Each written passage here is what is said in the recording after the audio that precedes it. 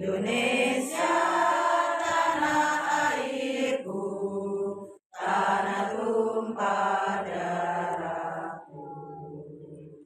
Di sanalah aku berdiri, jadi pandu ibuku. Indonesia kebangsaanku, bangsa dan tanah airku. Marilah kita berseru, Indonesia bersatu. Hiduplah tanahku, hiduplah negeriku, bangsaku, rakyatku semuanya. Bangunlah jiwanya, bangunlah badannya untuk Indonesia Raya.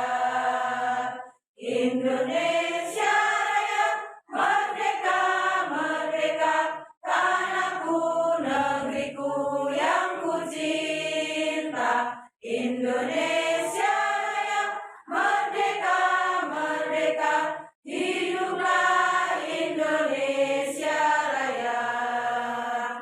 Indonesia Raya, merdeka, merdeka, tanahku, negeriku yang ku cinta. Indonesia Raya, merdeka, merdeka, hiduplah Indonesia Raya. Jayalah Jeparaku, Jepara bumi Kartini kita, bergema di seluruh dunia. Seni ukir dan potensi pariwisatanya indah dan mempesona. Kartini suluh emansipasi, antarkan Jepara mendunia. Putri asli Jepara pantang mundur langkahnya dalam raih citanya. Jepara bumi Kartini kita, mari kita membangun bersama, berkarya untuk maju berslogan mulia, terus karya tataning bumi. Mari tingkatkan karya karsamu, jadikan Jepara terus maju. Wujud nyatakan pengabdianmu, jayalah Jeparaku. Mari bersama bergandeng tangan, kita bersatu bangun negeri. Satukan langkah, bersatu padu, jayalah Jeparaku. Satu.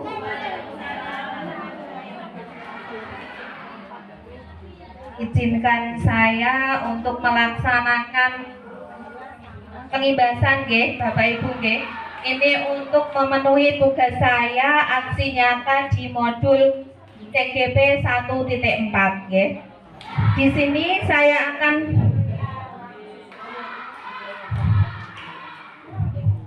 akan melaksanakan pengimbasan diseminasi budaya positif di lingkungan sekolah. Okay. Ini profil TK saya, yaitu di TK Sinar Muria, Desa Tempur, Kecamatan Keling, Kabupaten Jepara. Ada yang tahu budaya positif itu apa?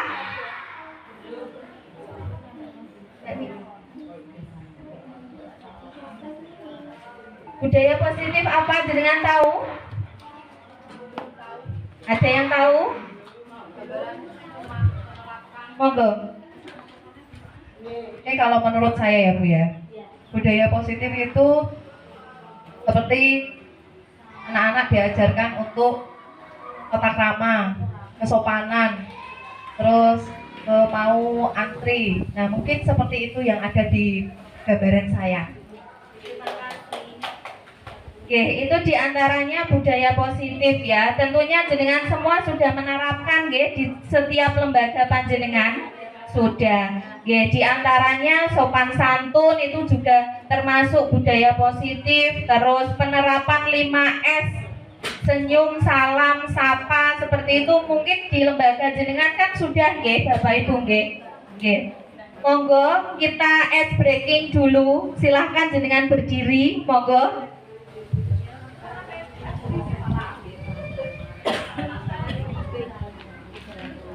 Monggo.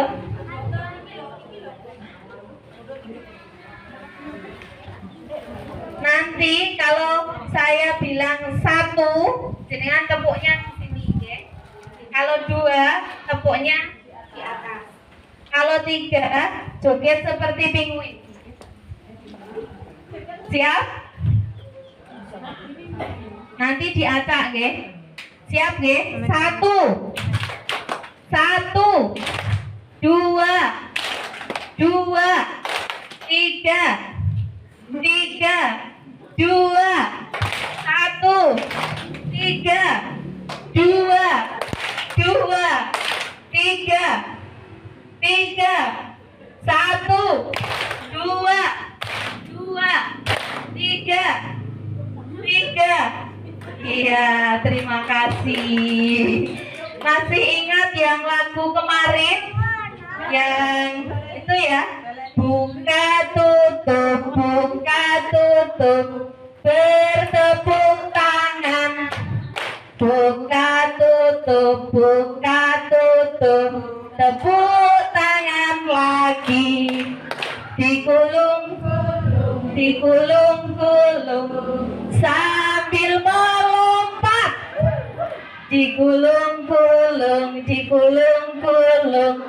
sambil bergoyang. Sekali lagi buka tutup, bertepuk tangan. Buka tutup, tepuk tangan lagi. Digulung-gulung,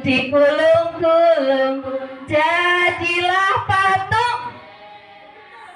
Digulung-gulung, jadilah patung.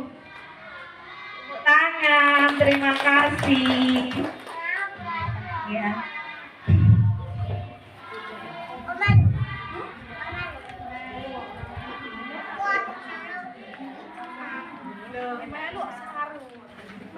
Di sini kita kembali fokus Bapak Ibu Tujuan dari kegiatan diseminasi ini adalah untuk menyebarkan pemahaman dan penerapan budaya positif di sekolah. Ini bisa jenengan implementasikan di pendidikan panjenengan walaupun secara tidak sadar kita semua sudah melakukan budaya positif di sekolah. Di antaranya budaya positif yang di sekolah yaitu perubahan paradigma belajar. Yang kedua, disiplin positif. Yang ketiga, motivasi diri manusia. Yang keempat, kebutuhan manusia. Yang kelima, posisi kontrol. Yang keenam, keyakinan kelas dan segitiga restitusi. Tujuan dari budaya positif yang kita terapkan yaitu diantaranya mengkomunikasikan perilaku murid bersama orang tua. Tentunya jenengan pasti sering mengadakan misalnya kayak parenting seperti itu Di antaranya bisa kita sampaikan hal seperti ini. Terus yang kedua, mengajarkan konsekuensi atas kesalahan yang telah murid lakukan. Nah, anak-anak biar tahu kalau kita berbuat salah itu ada konsekuensinya gitu. Terus yang selanjutnya mengajarkan tanggung jawab ketika berinteraksi dengan lingkungannya. Secara tidak langsung kita mengajarkan kepada murid kita untuk bisa bertanggung jawab gitu, oke. Next Bu Atin. Oke.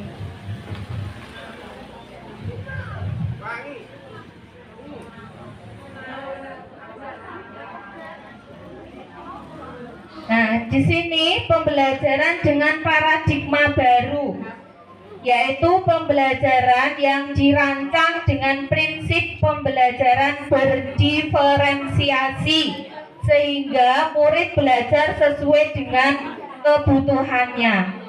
Di sini ada yang tahu pembelajaran berdiferensiasi? Monggo, bisa dikemukakan pendapatnya. Pembelajaran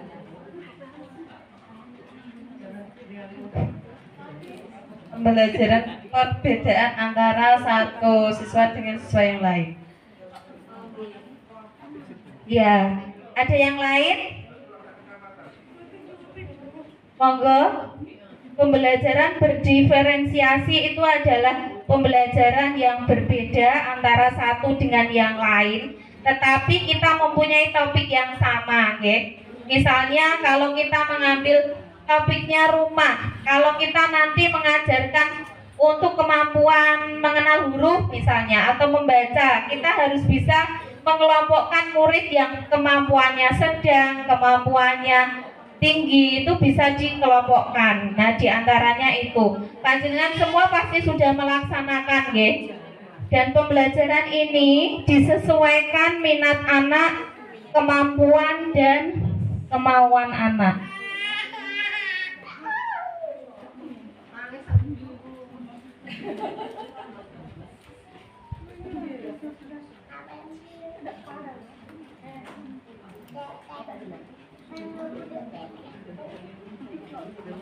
Itu sekilas tentang pembelajaran berdiferensiasi.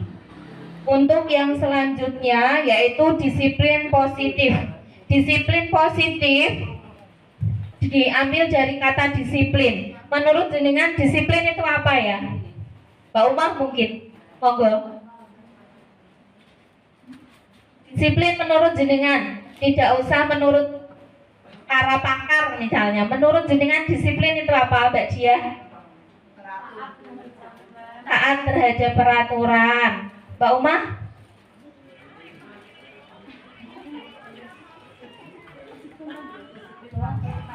Tepat waktu, ya itu diantaranya disiplin, geng. Makna kata disiplin yaitu suatu yang dilakukan seseorang terhadap orang lain untuk mendapatkan kepatuhan, tuh, geng. Itu diantaranya pengertian tentang disiplin. Disiplin itu juga kita menerapkan disiplin itu pasti ada tujuannya, nggih Bapak Ibu, nggih.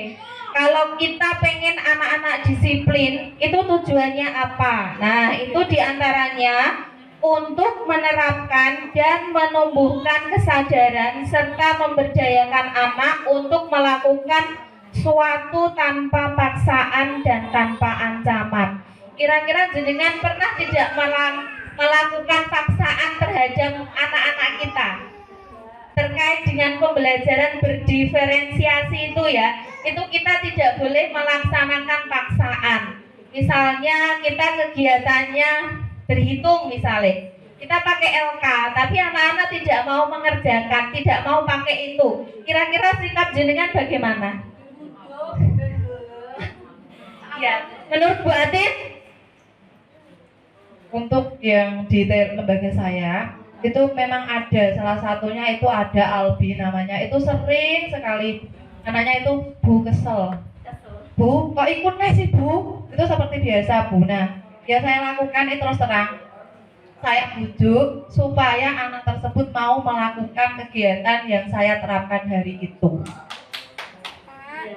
Setiap guru itu punya cara, nggih. Kita itu harus punya cara bagaimana tugas ataupun kegiatan yang kita sajikan bisa dilalui oleh anak, nggih. Salah satunya tadi caranya dibujuk, nggih. Kalau menurut pembelajaran yang berdiferensiasi ini, sekedar masukan, mungkin jenengan tidak harus pakai sesuai dengan temannya. Misalnya temannya pakai LK, kan tertarik ya, tapi ada salah satu yang tidak tertarik. Nah, jenengan bisa mengambil media yang lain tetapi tujuannya sama, ngoten.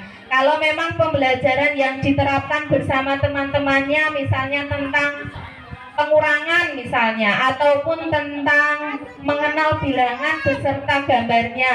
Nah, jenengan bisa ambilkan dengan niki hal yang ditertariki oleh anak. Misalnya anak itu sukanya pakai Lego ya. Kita juga bisa menerapkan itu dengan Lego ataupun dengan mainan yang lain misalnya tutup botol atau apa. Kita tawarkan, nggih. Nah, kalau Kak Bagas misalnya tidak mau mengerjakan seperti temannya, pengennya belajar yang bagaimana? Kita tanya seperti itu, nggih. Memang itu resiko, nggih, ibu-ibu, nggih. Apalagi kita sebagai guru TK, mungkin resikonya lebih ruwet. Maksudnya, nggih, alah Bu, kayak nambah-nambahi penggiat, nggih ya. Tapi itu memang, nggih, resiko tinggi. Tapi itu memang untuk bisa karena semua anak kan mempunyai hak untuk belajar, nggih. Jadi kasihan kalau anaknya ada yang satu tidak mau mengikuti pelajarannya, berarti kan sudah berkurang satu, ngoten nggih. Itu diantaranya. Terus yang selanjutnya konsep disiplin yang gagal.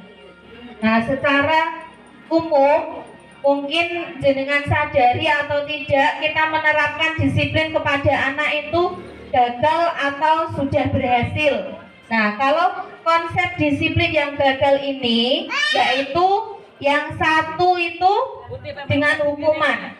Kira-kira jenengan pernah tidak melakukan hukuman terhadap anak-anak panjenengan?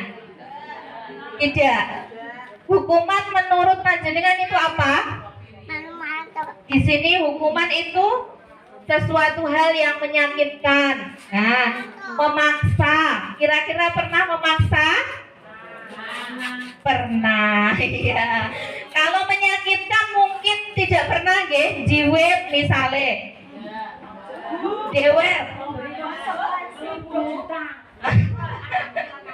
Iya. Terus imbasnya apa? Anak-anak bisa merasa takut, terus anak-anak juga menyembunyikan sesuatu, ngoten.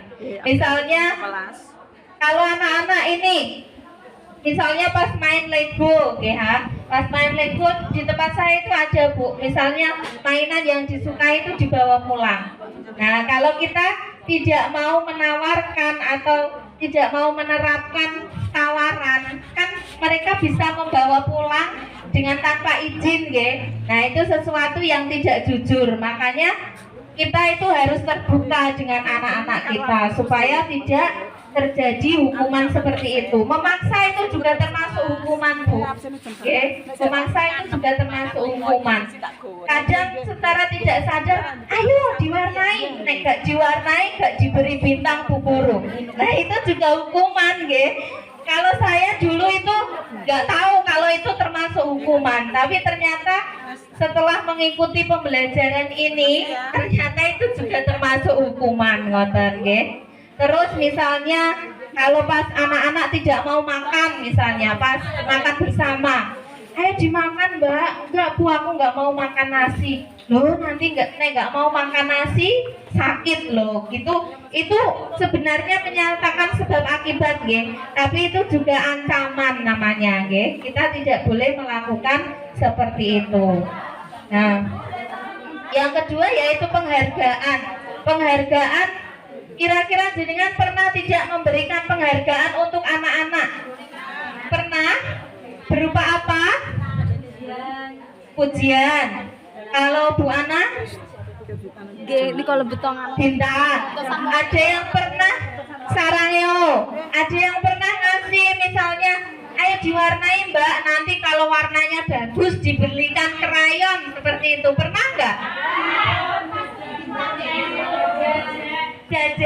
Jajan ya. Jajan pernah ya berarti. Yaitu kalau kita memberikan penghargaan itu nanti akan berimbas mematikan kreativitas. Karena apa? Karena anak-anak Ya, yang berupa hadiah itu akan mematikan kreativitas. Karena apa? Anak-anak itu nanti akan menyelesaikan tugasnya dengan berharap seperti itu. Oke. Itu kalau ucapan sarangyo itu boleh. Kalau gini misalnya, nanti kalau berhasil tak kasih jempol 2, itu juga boleh ya. Kalau yang berupa barang itu artinya tidak boleh. Tas itu juga boleh, oke? Itu penghargaan itu bisa mematikan kreativitas, merusak hubungan, terus tidak efektif. Artinya merusak hubungan itu apa? Nanti kalau misalnya dia berusaha untuk mewarnai yang bagus, tapi dia kecewa karena tidak dapat apa-apa, misalnya seperti itu, oke? Itu diantaranya tentang kegagalan konsep disiplin. Konsep disiplin dengan identitas sukses. Nah, seperti ini Bu, yang konsep dengan identitas sukses. Simulasi respon, murid mematuhi peraturan, tidak terpaksa, dengan sukarela. Kalau jenengan tidak memberikan penghargaan, pasti mereka itu dengan secara sadar diri ya, bahwa kita melaksanakan pembelajaran ini harus selesai dengan maksimal, dengan usaha yang bagus. Nah, itu dia merasa sukarela untuk menyelesaikannya. Kalau restitusi, jenengan sudah pernah dengar restitusi?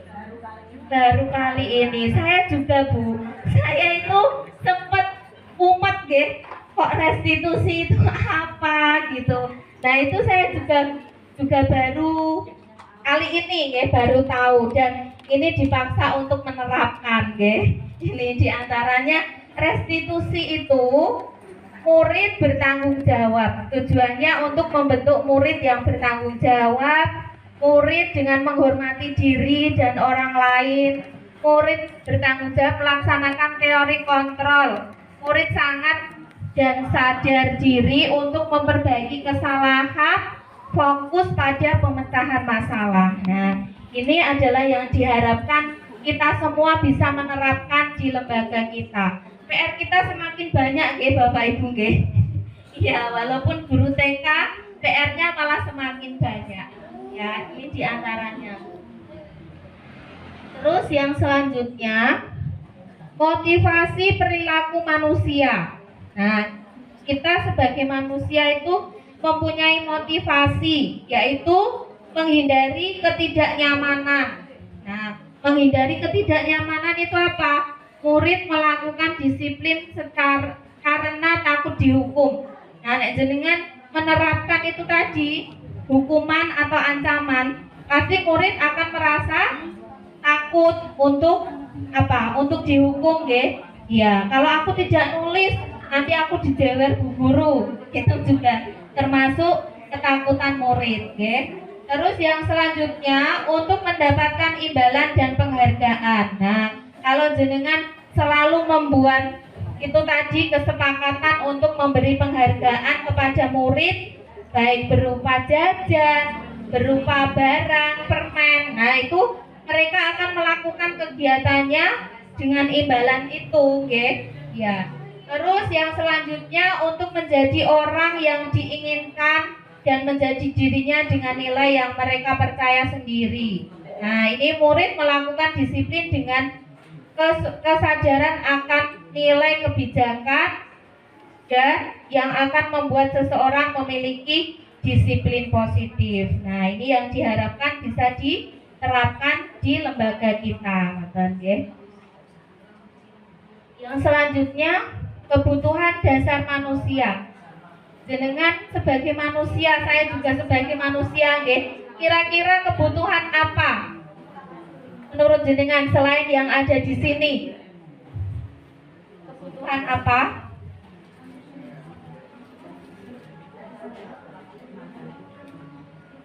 Ini diantaranya bertahan hidup.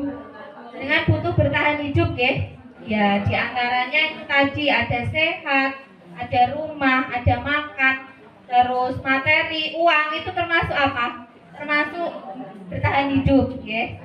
Terus kasih sayang dan rasa diterima. Kira-kira jenengan butuh gak kasih sayang dan rasa diterima? Butuh, ya. Itu juga harus kita penuhi untuk murid-murid kita, ya. Murid kita juga perlu disayangi, perlu diterima dengan segala keunikannya. Jenengan menemui anak ini misalnya Bagas disuruh berhitung langsung bisa, tapi Anissa disuruh berhitung kok malah tidak bersuara. Nah itu juga harus diistimewakan, nggih, ibu-ibu, nggih. Ya itu karena mereka butuh juga kasih sayang dan diterima seperti itu. Terus yang selanjutnya penguasaan, yaitu prestasi, diakui, dihormati. Misalnya anak jenengan ada yang datang terlambat, tapi bukan hanya sekali dua kali, misalnya sampai 3 kali berturut-turut terlambat, Bu, kenapa? Jawabnya kesiangan, tadi malam nonton HP. Nah, jenengan jawabnya bagaimana? Jawabnya bagaimana kira-kira? Kesiangan, tidurnya kemalaman karena nonton HP. Kira-kira jenengan jawabnya bagaimana? Dipisui?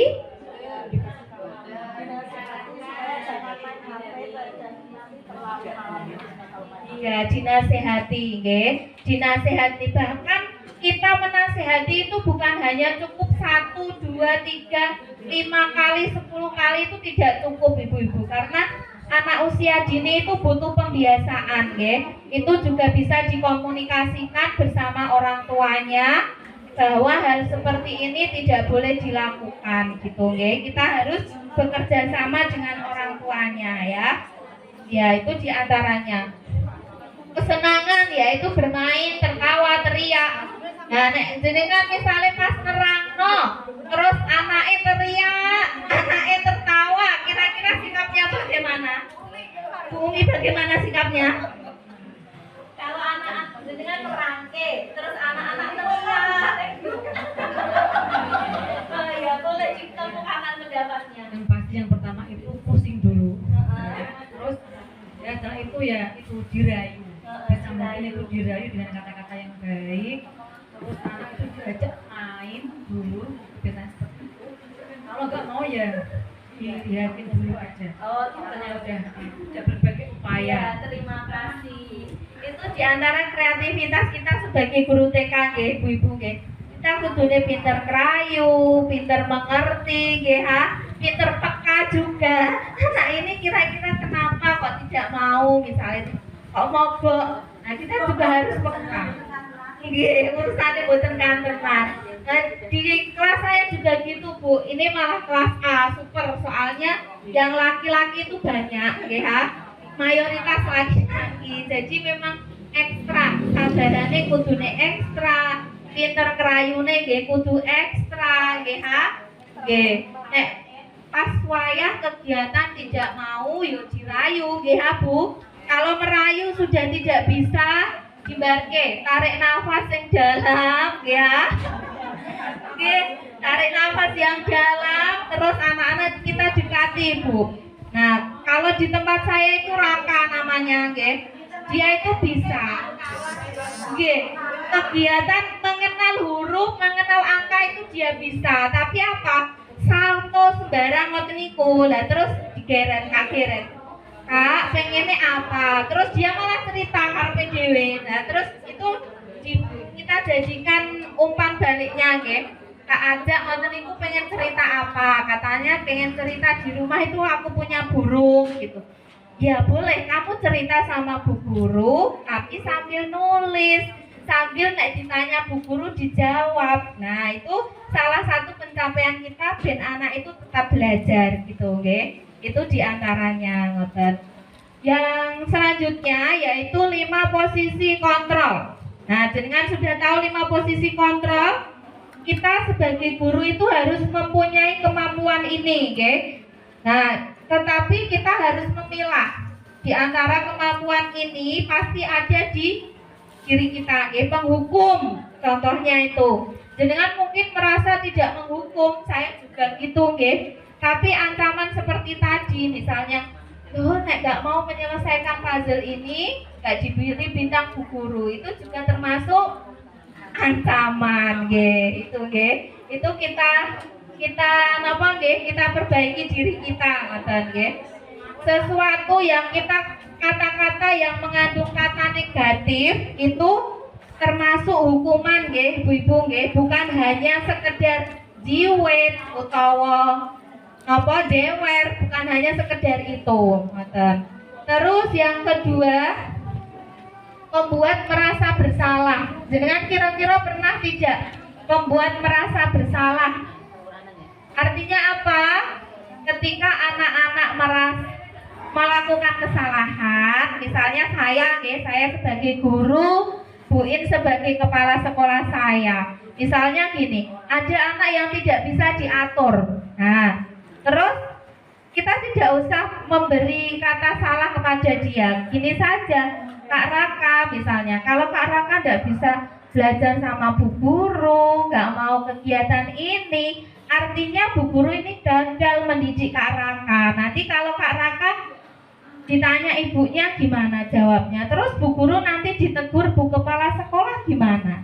Nah, perasaan anak-anak seperti itu gimana kira-kira menurut panjenengan? Pasti dia merasa bersalah, nggih? Iya, itu yang perlu kita lakukan seperti itu. Kita tidak usah teriak-teriak. Nggak boleh seperti itu.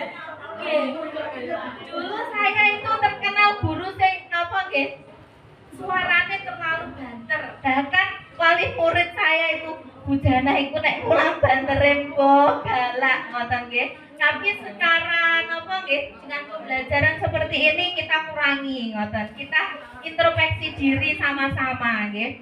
Nek seperti itu kita menghabiskan tenaga dan suara nggih ha. Nggih, saya juga gitu, apalagi nek mulange wis 2 kelas bersih.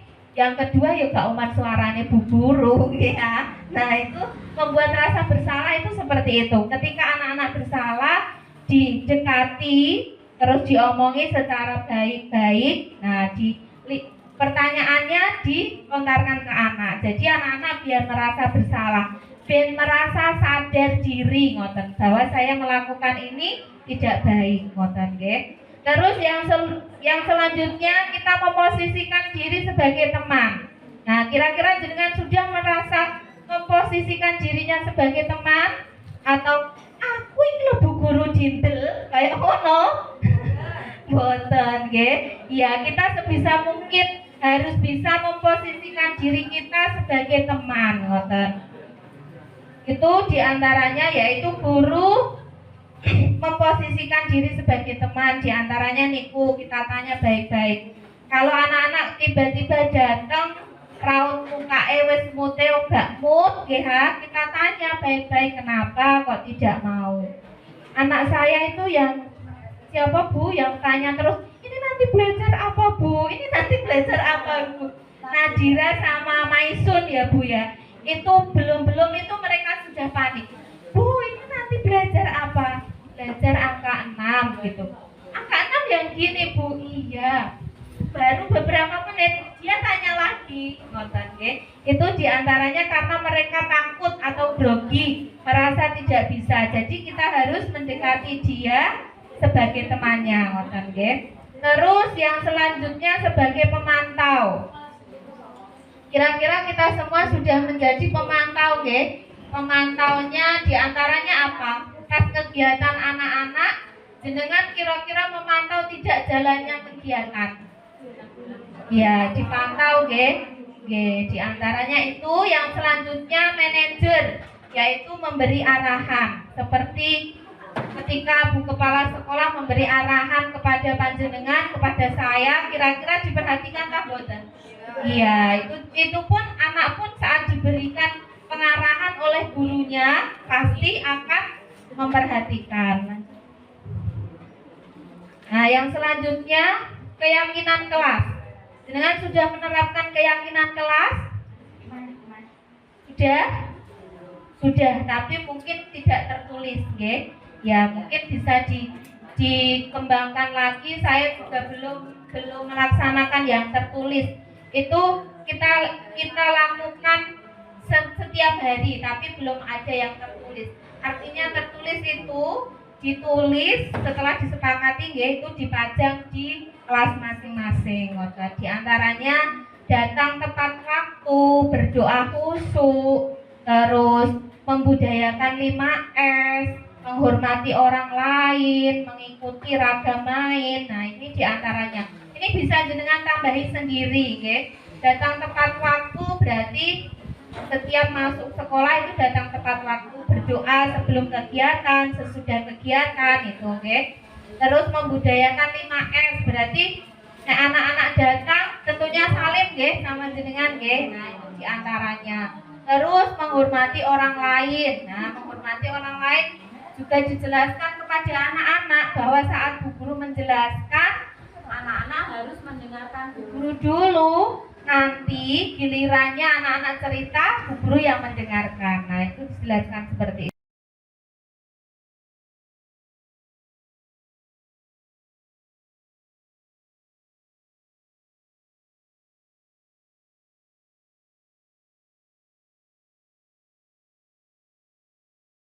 Ciptakan kondisi bagi murid untuk memperbaiki kesalahan mereka sehingga mereka kembali pada kelompok mereka dengan karakter yang lebih kuat. Nah, ini diantaranya pengertian restitusinya, ya. Ciri restitusi yaitu tadi berupa tawaran bukan paksaan, menguatkan dan fokus kepada solusi, fokus pada karakter, menuntun untuk melihat kesalahan sendiri. Nah, ketika anak-anak melakukan kesalahan, misalnya kok pukul-pukulan sama temannya, gitu, okay? Itu kita harus bisa memanajer tadi, okay? Kita dekati. Kenapa kok ini misalnya Kak Raka kok dipukul misalnya? Kita itu harus mendekatinya, jangan langsung teriak menghabiskan suara. Nggak boleh Raka, gitu, okay? Kita dekati saja, dicekel, ngoten, okay?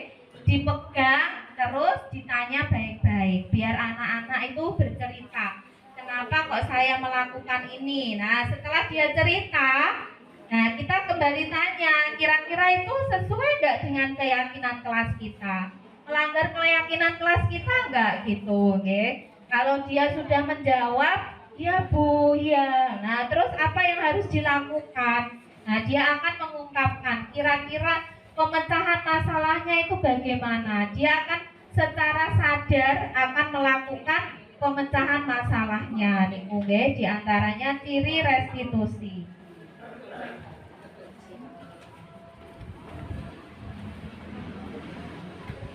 Nah, ini perbedaan hukuman, konsekuensi dan restitusi. Nah, jenengan tentunya sudah tahu nggih perbedaannya. Kalau hukuman itu nanti akan membebani, ketakutan, terus hilang kejujuran. Yang kedua, konsekuensi, berarti murid mengerti hubungan sebab akibat. Kalau kita melakukan kesalahan seperti ini, akibatnya seperti ini. Seperti itu tadi, kalau kita memukul teman kita, pasti teman kita akan nangis. Nah, itu hubungan sebab akibat. Restitusi, yaitu fokus selesaikan masalah murid sendiri dengan kesalahannya sendiri. Nah, itu yang harus dilakukan. Nah, setelah kita sampai di restitusi, itu ada istilah segitiga restitusi, Ibu. Nah, ini gambarannya seperti ini. Validasi tindakan yang salah. Berarti kita sebagai guru tanya, kesalahannya tadi bagaimana? Biar anak-anak mengungkapkan, ngoten. Terus yang kedua, menstabilkan masalah atau identitas. Oke. Yang ketiga, menyampaikan keyakinan seperti tadi yang sudah diungkapkan tadi, itu kiranya yang bisa saya sampaikan. Dan ini ada gambaran tentang penerapan segitiga restitusi, sekedap.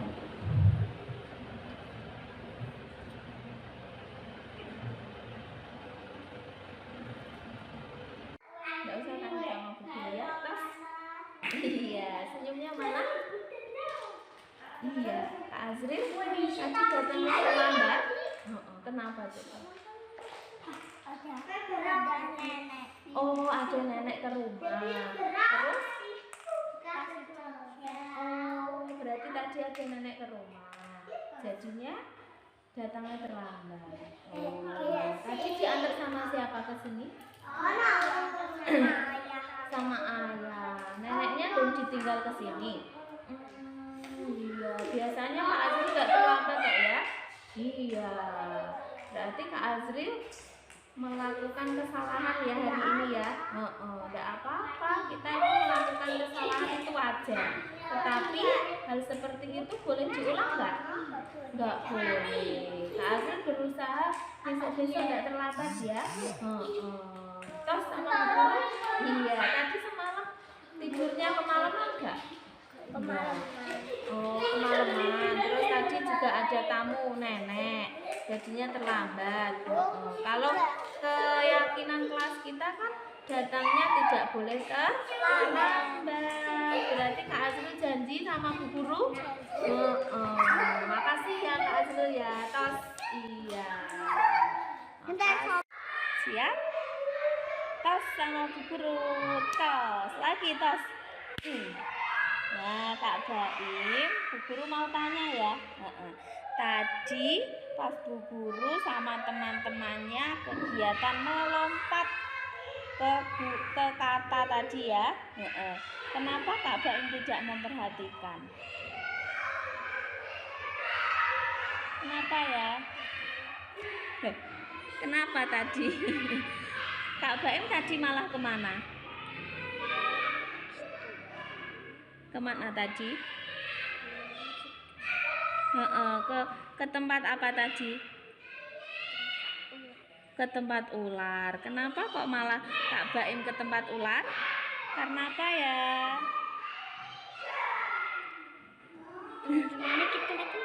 Oh, ikut teman-temannya yang ke tempat ular. Kak Baim suka mainan yang ular itu tadi. Berarti kepengen lihat. Pengen lihat mainan tadi? Enggak. Terus kenapa? Ikut-ikutan temannya aja. Oh, ikut-ikutan temannya aja. Iya, boleh ya. Kalau kita melakukan kesalahan itu boleh. Karena itu wajar. Tetapi setelah itu kita harus bagaimana? Harus? Oh iya, harus menghormati. Siapa yang harus dihormati? Bu Guru, terus teman-teman, ya kan? Iya. Berarti Kak Baim ingatkan keyakinan kelas kita harus menghormati orang lain. Iya. Kalau seperti itu tidak menghormati ya. Setelah itu berarti boleh dilakukan lagi? Tidak. Kak Baim harus bagaimana? Tidak boleh diulang lagi ya. Iya, tos dulu sama Bu Guru. Lagi. Iya, senyum dong. Iya, terima kasih. Makasih ya. Dah. Tos dulu sama Bu Guru. Tos. Iya, gantian. Iya, tos dulu sama Uki. Nah, Bu mau tanya ya. Tadi pas Bu Guru ngajar di kelas A, Kak Uki sama Kak Azril ngapain? Pas main api, aku takut. Oh, lah terus tadi yang siapa yang bilang tadi? Kak Uki yang bilang. Kenapa Kak? Coba ntar kayak Azril yang bilang siapa? Niki membalas. Oh, yang nangis terus siapa tadi? Yang nangis siapa? Dia menjilat sama aku pas main koran. Yang pas itu tadi loh, yang pensilnya dibuang. Kak Azril nangis. Kenapa kok nangis? Dibuang, laki-laki dibuang, istriku dibuang. Oh, dibuang Uki. Berarti Uki kenapa kok nangis? Kak Azril. berarti Azril buang tasnya duluan. Iya. Dulu tasku dibuang sama di situ. Berarti yang membuang tasnya siapa dulu? Aku mau. Azril. Oh, berarti Kak Uki membalas. Baik nggak seperti itu ya? Tidak baik. Berarti seperti itu tidak boleh dilakukan. Ya kan? Sama teman harus bagaimana? Harus bagaimana? Saling menyayangi, ya kan? Iya, kalau seperti itu berarti tidak menyayangi. Ya, coba guru dilihat yo.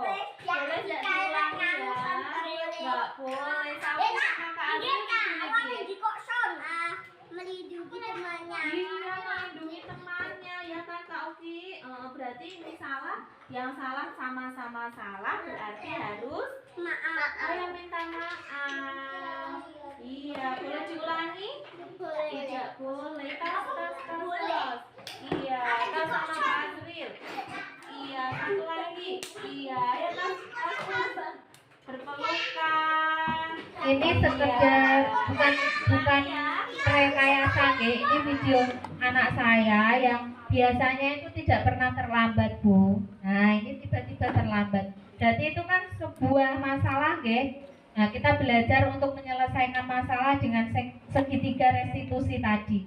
Ditanya, nah ternyata anak ini terlambatnya kenapa Kak Azril? Kok biasanya tidak pernah terlambat, tapi kok hari ini terlambat gitu. Itu katanya dia mau berangkat, tiba-tiba ada tamu, Bu. Nenek saya datang ke rumah. Nah, kalau kita tidak mendengarkan dia kan pasti tidak tahu nggih alasannya. Kenapa kamu kok terlambat? Pasti kamu ini kemalaman nonton HP atau gimana nggih ya?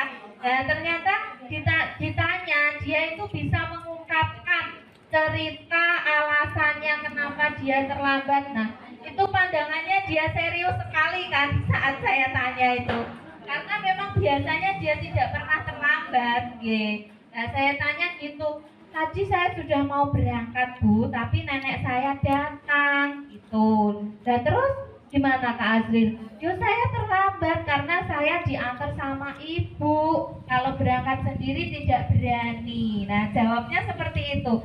Saya dalam hatiku yo, oh ternyata kalau segitiga restitusi diterapkan itu seperti ini, ngoten nggih. Ternyata ada jawaban oleh anak itu dengan hal yang sesungguhnya, dengan jujur. Nah, kita tidak menerapkan seperti itu, mungkin kan dia diam nggih karena ketakutan pengen dihukum tadi. Nah, setelah itu saya tanya seperti itu, jawabnya karena ada neneknya.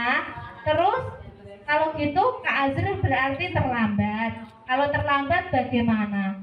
Ya tidak baik, Bu, gitu. Keyakinan kelas kita bagaimana? Harus datang tepat waktu gitu. Dia jawabnya gitu, oke. Berarti Kak Azril boleh nggak diulang lagi? Saya tanya seperti itu. Nggak boleh, Bu, nggak boleh. Nanti nenekku kalau mau datang tak suruh sore hari. Jawabnya seperti itu, oke. Nah, kita nalar kan nggak mungkin bocah ini duwe alasan terus jawabnya bagaimana, nggak mungkin, oke. Tapi ternyata dia jawabnya seperti itu. Oh gitu ya, makasih ya jawabannya Bu Guru. Hari ini senang sekali karena Kak Azril sudah jujur. Nah, itu bentuk apresiasi yang kita berikan kepada anak kita, ngoten. Terus Kak Azril kira-kira bagaimana? Saya tidak mau mengulangi lagi, Bu, gitu. Oke, itu diantaranya yang diterapkan untuk penyelesaian masalah kita, ngoten.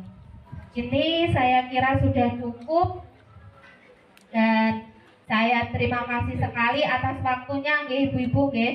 Terima kasih atas waktunya. Kurang lebihnya saya mohon maaf yang sebesar-besarnya. Kalau memang di sini ada ilmu yang baik yang bisa jenengan ambil, silakan diambil dan diterapkan di lembaga panjenengan, di diri panjenengan. Kalau memang di sini tidak ada yang perlu diambil ilmunya, dilupakan saja, ngoten nggih. Untuk sekedar informasi tentang CGP tadi, monggo siapa yang pengen ikut?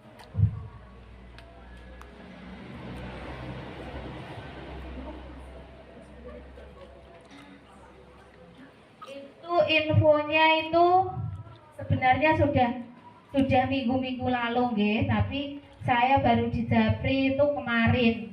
Oh, di GTKS juga tidak ada, di PP saya juga tidak ada, tapi itu saya diinfo dari Donorojo, Donorojo, dan itu tinggal sehari. Nah itu monggo kesempatan yang baik digunakan. Nah memang sudah ada niat untuk dipersiapkan tahap 12, semoga sampai tahap 13 tidak ada halangan, karena ada info juga sampai tahap 11 ada semoga tidak ada halangan apa-apa, karena di sana itu banyak sekali ilmu yang kita dapatkan, iya. Ibu-ibu pernah dengar ini ice breaking bersatu kali itu loh, kita praktekkan ya. Bersatu kali, berdua kali, bertiga kali, berciki gitu loh. Bersatu kali, berdua kali, bertiga kali, berkali-kali ya, bernya 3 kali. Coba berhadapan sama temannya nanti yang 3 kali ya. Yang bersatu kali, berdua kali, bertiga kali, berkali-kali, berciki. Saya, oke. Dimulai ya. Bersatu kali, berdua kali, bertiga kali, berkali-kali, berciki. Terima kasih atas waktunya, kurang lebihnya saya mohon maaf. Wassalamualaikum warahmatullahi wabarakatuh.